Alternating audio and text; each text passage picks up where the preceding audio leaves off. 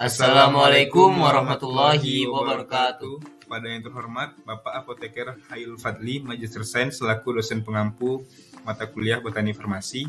Perkenalkan, nama saya Muhammad Fauzan Prakoso dengan NIM 2201209. Saya Muhammad Akmal dengan NIM 2201214. Di sini kami akan menampilkan video tentang anatomi dan fisiologi tumbuhan. Selamat menyaksikan.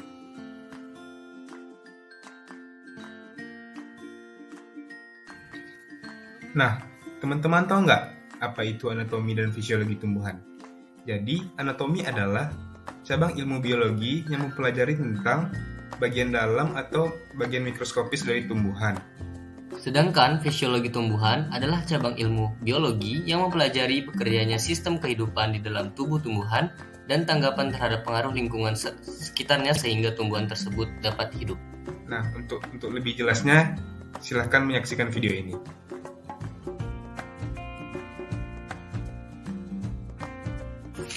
Yang pertama ada akar. Akar pada dasarnya berada di dalam tanah.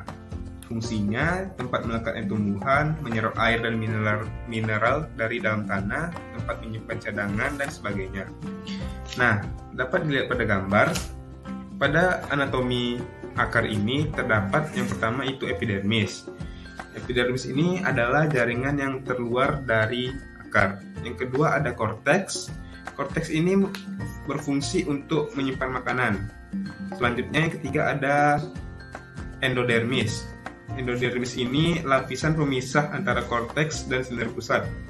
Yang keempat ada inti atau silinder pusat yang terdiri dari atas berbagai macam jaringan vesikel. Selanjutnya ada yang namanya xilem dan floem. Nah, xilem dan floem ini adalah berfungsi untuk mengangkut air, zat hara, dan mineral dari dalam tanah. Nah, yang selanjutnya itu ada anatomi batang. Nah, fungsi batang itu secara umum adalah untuk menghubungkan bagian akar, daun, dan buah, sekaligus penopang tubuh tumbuhan agar tetap berdiri tegak. Nah, untuk anatomi batang itu terdiri dari epidermis. Epidermis batang itu berfungsi untuk melindungi batang dari kekeringan karena dinding sel pada batang bagian luar dilengkapi kutikula yang dapat melindungi batang dari kekeringan. Yang kedua itu ada korteks. Korteks itu terdiri batang tersusun dari parenkim, kolenkim, dan sklerenkim berupa serabut, sklera, dan idioblast. Yang ketiga itu ada endodermis. Endodermis adalah lapisan yang menjadi batas antara korteks dan stele. Nah, yang selanjutnya itu ada stele. Stele atau silinder pusat adalah suatu lapisan yang terletak di batang yang terdiri atas bagian perikambium atau perisikkel dan berkas pengangkut. Nah, di stele ini ada berkas pengangkut, yaitu terdiri dari jaringan xilem dan floem. Yang ketiga ada anatomi daun. Daun ini berfungsi sebagai organ pernapasan, tempat melakukan fotosintesis, tempat terjadinya penguapan air. Nah, bisa kita lihat pada gambar. Pada anatomi daun terdapat yang namanya pertama epidermis. Epidermis ini sama dengan organ sebelumnya berfungsi untuk melindungi bagian dalam dari daun tersebut. Nah, yang kedua itu ada stomata berfungsi sebagai organ respirasi. Pada saat pengambilan CO2 dari udara untuk dijadikan bahan fotosintesis, stomata mengeluarkan O2 sebagai hasil fotosintesis. Nah, selanjutnya ada yang namanya palisade dan ada juga yang namanya xilem dan floem. Nah, xilem ini untuk mengambil zat hara yang diambil dari akar tadi. Nah, sedangkan floem akan menyebarkan hasil fotosintesis yang terjadi pada daun ke seluruh tumbuhan. Nah, yang keempat itu ada bunga. Fungsi utama bunga adalah sebagai alat reproduksi pada tumbuhan. Pada bunga, kami akan menjelaskan morfologinya. Yang pertama itu ada tangkai bunga. Tangkai bunga itu berfungsi sebagai penyokong dan penghubung antara bunga dan ranting. Yang kedua itu ada bakal biji. Bakal biji itu berfungsi untuk melindungi sel telur. Nah, yang ketiga itu ada kelopak bunga. Kelopak bunga ini berfungsi untuk melindungi bunga saat umur bunga masih muda. Nah, yang kedua itu ada mahkota. Yang keempat itu ada mahkota bunga. Mahkota bunga ini merupakan hiasan pada keseluruhan bagian bunga. Yang kelima ada benang sari. Benang sari ini merupakan alat kelamin jantan pada bunga. Dan yang keenam itu ada putik. Putik itu merupakan alat kelamin betina pada bunga. Nah, yang kelima ada biji. Biji merupakan alat utama bagi tumbuhan untuk berkembang biak. Nah, adapun anatomi pada biji bisa kita lihat pada gambar, yaitu ada kotiledon, tempat cadangan makanan embrio. Yang kedua ada plumula, berdiferensiasi menjadi bakal daun. Yang ketiga radikula. Radikula ini bakal calon akar. Yang keempat epikotil, bakal batang yang berada di atas kotiledon. Yang kelima ada hipokoti, bakal batang yang berada di bawah kotiledon. Yang terakhir ada scutellum, yaitu permukaan. Baiklah, selanjutnya kami akan menjelaskan sistem jaringan. Yang pertama itu ada jaringan meristem.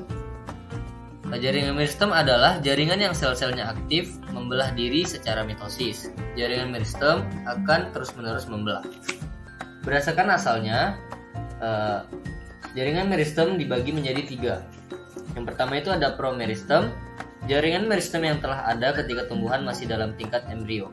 Yang kedua itu meristem primer, jaringan meristem yang ditemukan pada tumbuhan dewasa dan masih membelah diri pada bagian ujung batang dan ujung akar yang mengakibatkan tumbuhan bertambah tinggi.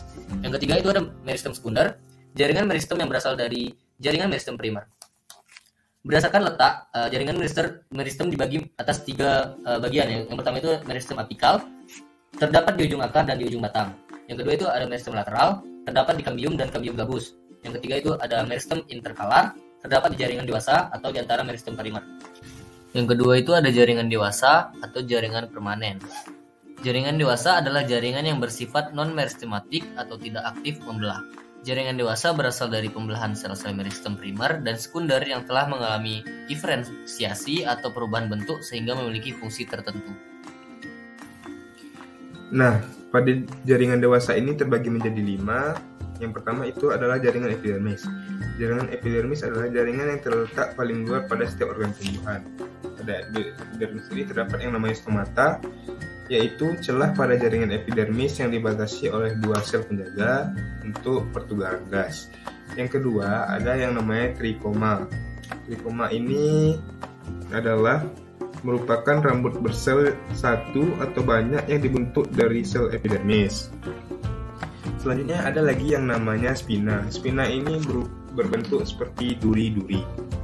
Terus ada filamen, sel kipas, dan sel kersi. Yang kedua itu ada jaringan parenkim atau jaringan dasar.